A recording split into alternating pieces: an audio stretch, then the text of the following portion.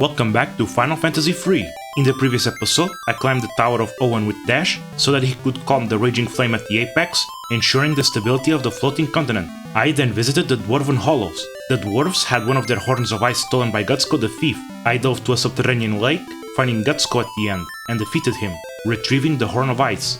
Gutsko hid on my shadow though, so as I returned the horn, he revealed himself, stealing both horns to open way to the fire crystal. I thus braved the molten cave to face Gutsko again, transformed into a salamander, defeating him again, receiving the blessing of the fire crystal. The town of Tokkul has been attacked by the wizard Hein of Castle Argus. He cursed the tree to create a castle of his own that floats along the southern desert. So let's get to it. I make another visit to Castle Argus. There's a secret path here that can be unlocked, finding 3 chests that each hold 1,000 gil.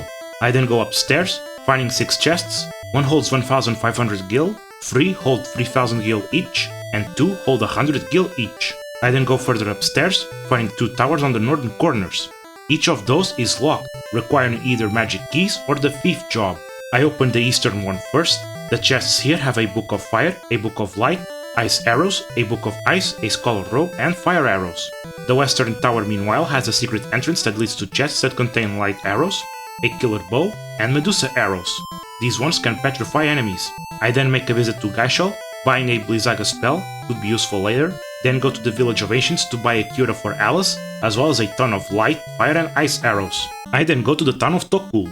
I can barely walk a couple of steps before I get ambushed by soldiers from Castle Hein, being taken to a cell, keeping my inventory obviously.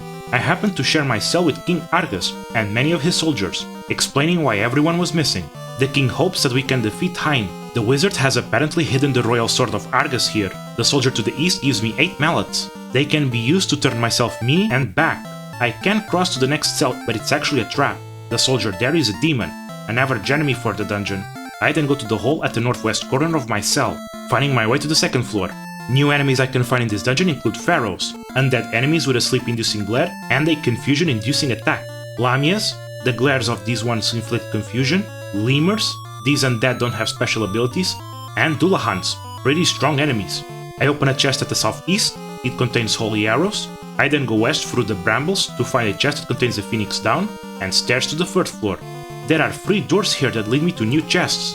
West has 30 gil and 100 gil, center has 3000 gil and 3300 gil, while east has a phoenix down and a Zeus's wrath. I then go north, finding another room. It has a chest that contains the royal sword. I give it to Alex. There's a path through the western brambles that leads to stairs to the 4th floor. I go north then east, finding a chest that has a phoenix down. Then I go south to climb upstairs to the 5th floor, going northeast to open a chest containing a rune bow that I give to Alice. I then enter the central room, finding Hein the wizard, facing him in combat. He's got the good stats of bosses as usual, also having the Fire, Blizzara and Fandara spells to cast. His standout ability is obviously the barrier shift. Hein starts with a random weakness to fire, ice or lightning. That can be changed with this ability, absorbing all other elements. He's also an annoyingly evasive fighter, so Alan is quite busy this fight, studying weaknesses and using battle items to damage him. It takes a long time. Hein changes to fire 3 times in a row, and I didn't have any bomb fragments, but once he changes away, he goes down. The curse over the Elder Tree is broken. The residents of Argus are deposited back home, while my party lands at the Living Woods. Receiving the Fang of Wind has fangs. I then make a visit to Argus, receiving the Time Wheel from the king. It is to be taken to Sid of Canaan.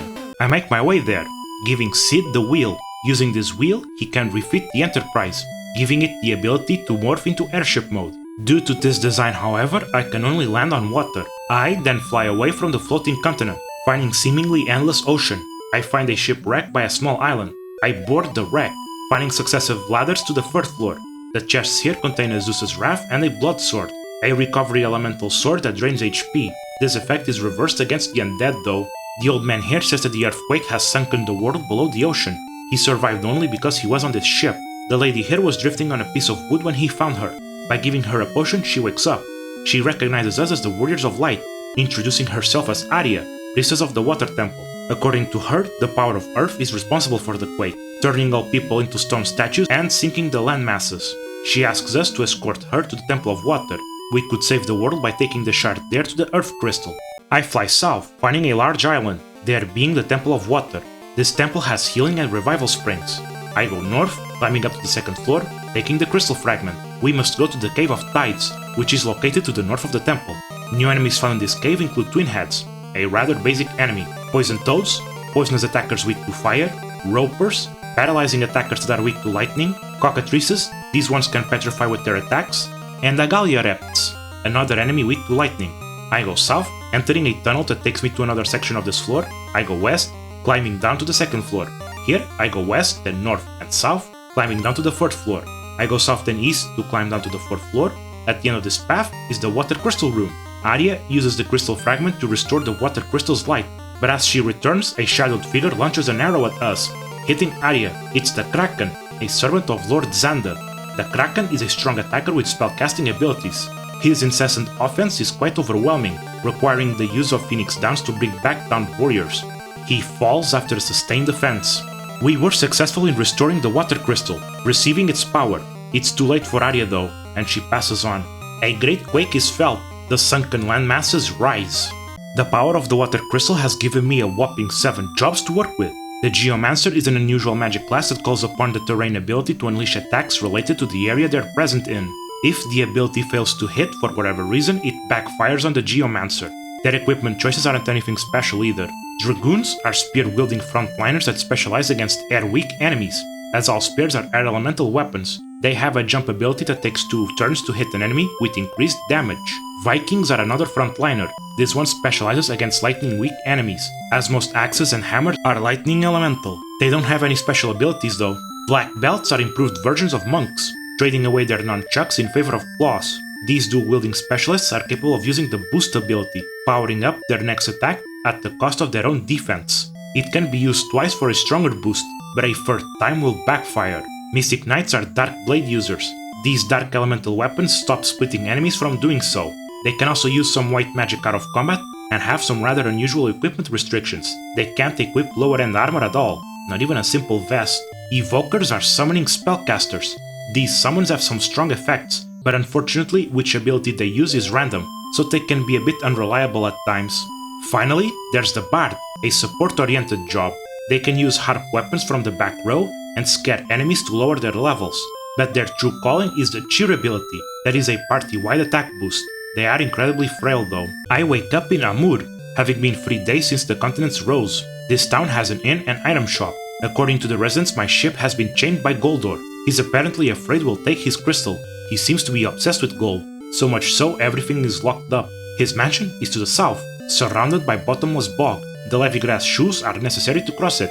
Delilah from the sewers might have them. Goldor is apparently impervious to magic. I find a revival spring, then talk to a lady that says that 4 warriors will banish overflowing light and darkness.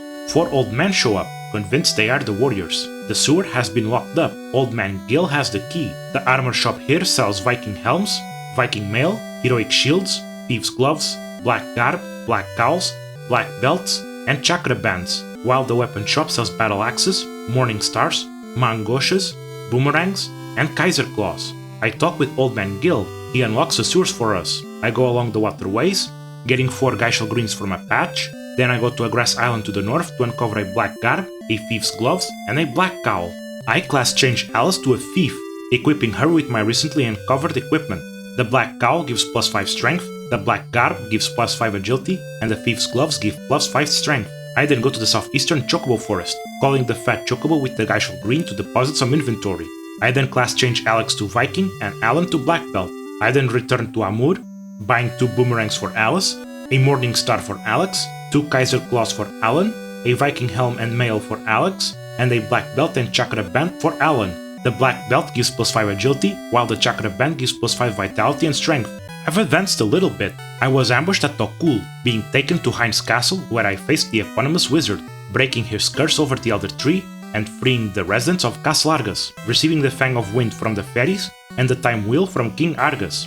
I gave this wheel to Sid, who installed an airship mode for my vessel. I flew away from the floating continent, finding an endless ocean with very few islands. One of them had a nearby shipwreck where I found the Water Priestess Aria. I took her to the Water Temple, where we retrieved the shard of the Water Crystal, taking it to the Cave of Tides, reuniting it with a larger crystal. Aria sacrificed herself to protect my party from a cursed arrow loosened by the Kraken, servant of Lord Xander. After defeating him, I gained the light of the Water Crystal.